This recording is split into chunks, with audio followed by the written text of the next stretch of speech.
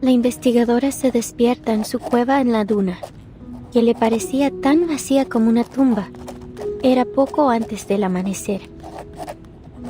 Montones de cintas habían ocupado su espacio vital, apilándose una y otra vez. Cada uno de estos carretes giratorios hablaba de historias sobre esa cabaña con techo azul.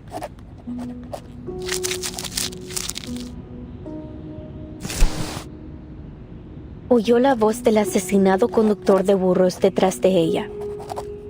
Oigo a todos ellos, las risas y las voces de generaciones pasadas, como hojas secas atrapadas en las grietas de viejas paredes, crujiendo solo cuando el viento sopla otra vez. No pondría un pie en esa casa si fuera tú. El mendigo al lado de la puerta también habló. Duermo en el porche cada noche. Cada mañana una luz tenue brilla a través de la ventana, pero nadie sale nunca por esa puerta. Y nadie ha entrado nunca. Luego la voz del empleado del banco. Es la historia del alter ego. Esa casa debe haber estado llena de deudas que nadie reclamaría.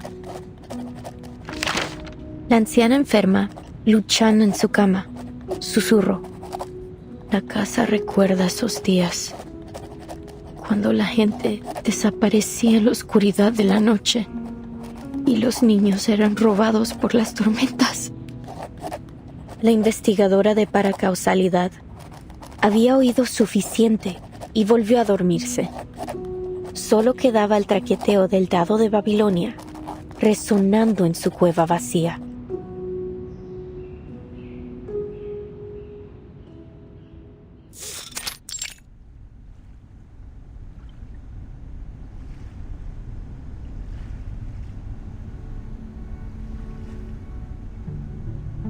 I've always wanted to use the element of fantasy to better establish our theme.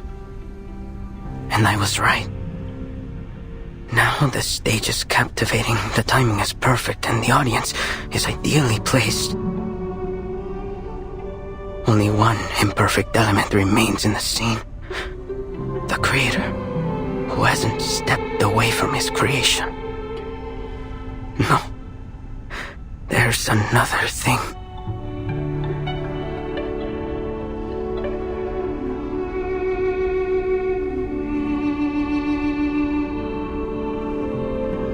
Can you even tell any difference between today's setup and yesterday's? Seriously, Roberta? That's a rude question. Well, what's the difference then? I can't see one either, but you should never judge art by how much it changes in a day. It's a creative process. We might be standing at the edge of the world, but art has no boundaries. We have to show him our support. Easy for you to say. He's been tinkering and tweaking for over 3 months. Even if the idealist himself entrusted him with this exhibition, he can still be wrong sometimes. This gallery is turning into a dump. Estoy viendo fantasmas, todos con las mismas caras, García. Demasiados. Es fácil perderse en ellos.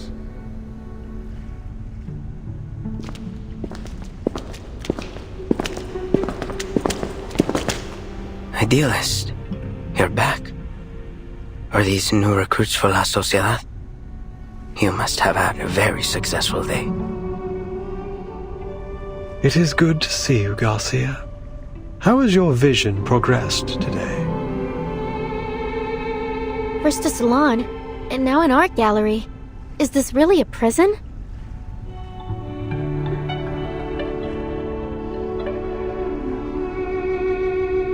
As you can see, I've strived to push the element of fantasy in my work so that it might reach perfection. But why doesn't it look like what I imagine? It's like I'm trying to work on a shadow. Some shapeless thing that morphs and shifts by the hour. Idealist, am I losing it again? I took my medicine as instructed. It was never the pills that blinded you, my dear Garcia. You mustn't let tedious routine stifle what's truly alive. Remember, like those old poems, your exhibition must have a timeless rhythm that's never lost to the changing of minds.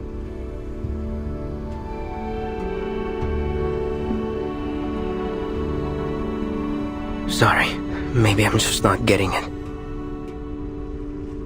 Look up. There's your answer. Though the sun rises the same way every day, the multitudes of shadows it casts are ever-changing. Isn't that the only constant in life? Change. We foolishly pursue stability and constancy, but our very world denies it. Take a step back. Take several, and see the truth for yourself, lest you too become lost among the shifting shadows. I get it now. It's the changing light that makes the exhibit seem different from what I expected. I shouldn't waste my time on freezing things in one perfect moment. Instead, I need to embrace change as it comes. I don't know how to thank you. I won't let you down. I must complete this exhibition. Complete my alter ego.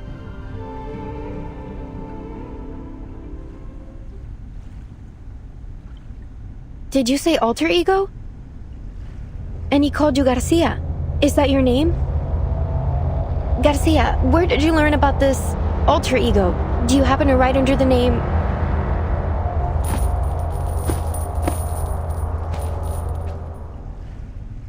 Please, Recoleta, give our artist some space.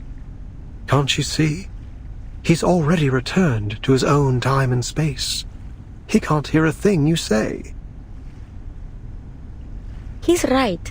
Garcia is deep in his own head now. He won't hear a thing until he's done with whatever he has to do.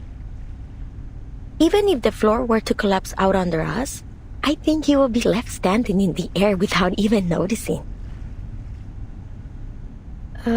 Pardon me then.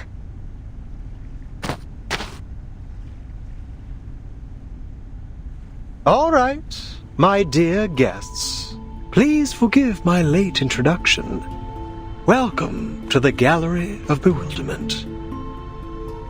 Thank you for inviting me here, Mr. Idealist.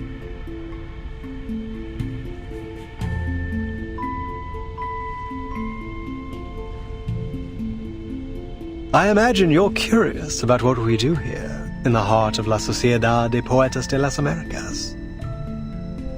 We're putting together a magazine, a collection of poems from Kamala, our very own Casa de las Americas. ¿Casa de las Américas?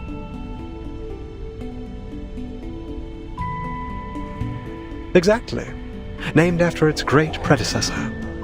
You're a fine mind indeed. At this very moment, all our compañeros are working on it. Garcia's exhibition, Alter Ego, is centered around the birth of this magazine. And here, you can see the signatures from all the poets involved, along with a few words they've written for it.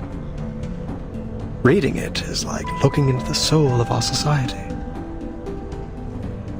All these signatures.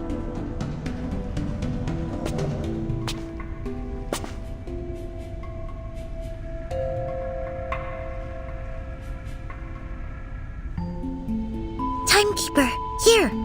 It's Dr. Doris' pseudonym, Erd! Then she was here.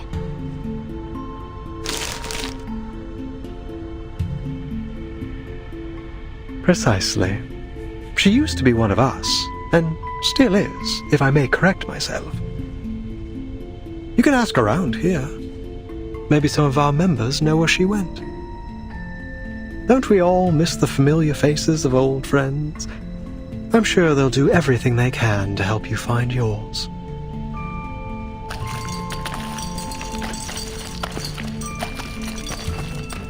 Mr. Idealist, I finished my short story. It's called Weightlessness. It drifts around the subject like a sheep floating in space. The readers can start anywhere in the story, or read it in any order they like. And please take a look at my piece off limits. Every word that has been forbidden is either erased or replaced with symbols. It's a one-of-a-kind, jarring experience. And I finished a new paragraph. Just wrote it today.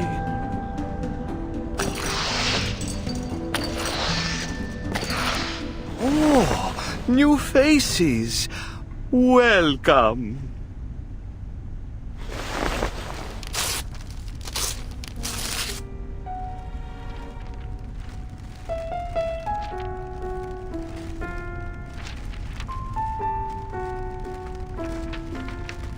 Idealist, did he just... This is the writer for the prologue of our magazine.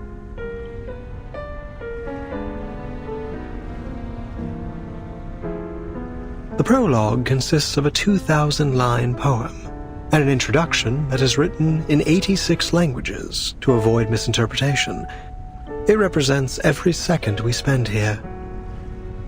Naturally, the arrival of new members disrupts its structure, and so we must begin again from scratch. So he just tore it all up like that because he thought we were joining? With all due respect, isn't this a little excessive? Heaven knows I'm not one to judge. I've torn up plenty of writing for my novel. Please, pay it no mind. It may not be an easy task, but he's doing his part. Destruction is hard, but more necessary than you think. Without it, we'd all be stuck in a still and stagnant pond, with all the smells that entail. This all sounds very complicated. When will your magazine be finished then? Forgive me, but I'm not sure what a floating sheet, a jarring reading experience, and all this constant rewriting are meant to express.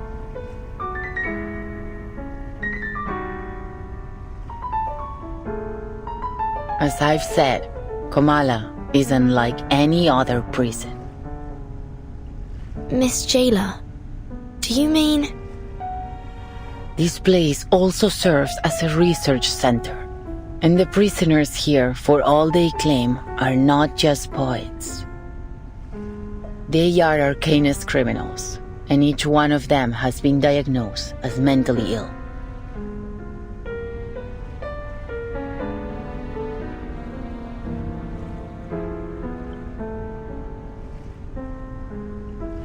You're quite right, Jailer. But let's not forget that mental illness is merely a deviation from the norm. And who decides the norm? You, the physician, or the ones outside these walls? We've been exiled here by the standards of our time, deprived of our roles in the outside world. So please, as we agreed before, I ask you not to interfere with the affairs of La Sociedad. These people are visitors, not your new recruits. But should we not hear their thoughts first?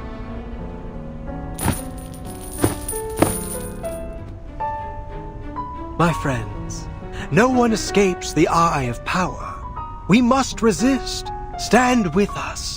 Pick up your pen and take poetry as your shield before it is too late. Idealist, I admire your fight, but I came here with a different goal.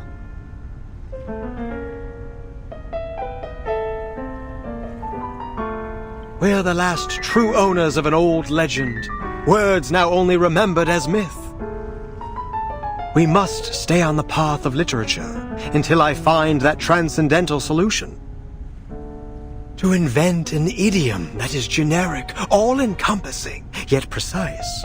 My poem will be written in this language, leaving no room for doubt or misinterpretation. How blessed is a man with infallible memory. He holds the finer details of each object within him, more vivid than anyone else. In the end, he'll have all the answers, if time allows him.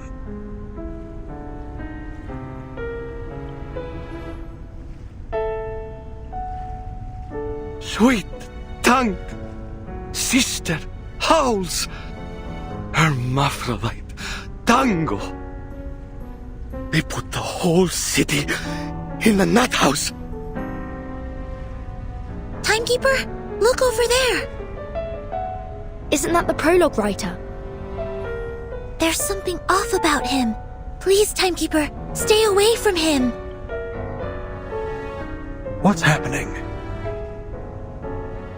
Idealist, Pablo's having another episode. Multiples of us. You make reality sick.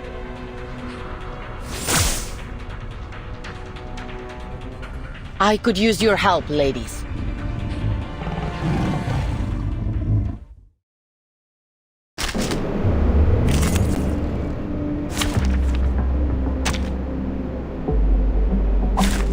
Embrace rather than resist.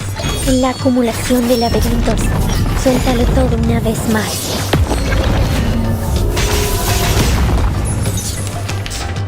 Correct, message. Perfectly understood. Listen. A truly villainous moment. Stop, embrace. Please, allow me. Ouch! Entonces, You? Right. Another jar? nuestro adversario es el tiempo. Got you. Look.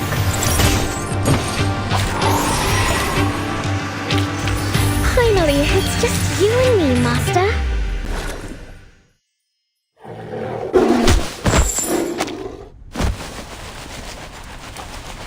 Poor soul. I'll bring him to bed.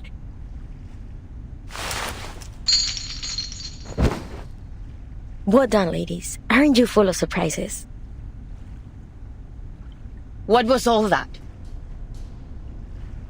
It seems he had a mental breakdown and lost control of his arcane skill. It appears that every line he recited carried unbridled power. Usually, only specific lines can channel arcane energy. You can't just force the power into words or craft a poem to serve your purpose. Pablo must have a rare gift for identifying empowered lines. When he recited them all aloud, they overwhelmed him. That's right.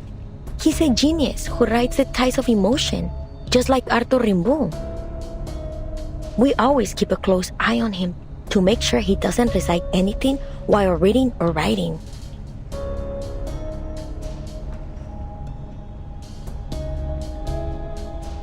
But sometimes things slip through. You must understand how difficult it is for a poet to never taste the words on his own lips. So then, this isn't the first time, and you're all fully aware of it. Do I understand you right? Did you just admit that you've been hiding an inmate with a dangerous condition from us? According to the safety regulations for the Panopticon of Kamala, he must be sent to the physician for immediate treatment.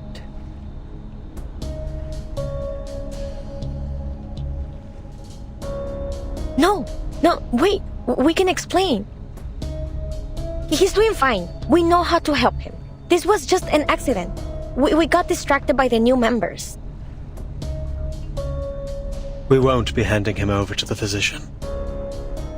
No true writer would allow their mind, the most sacred palace of their thoughts, to be opened up to that cold-hearted, ignorant butcher.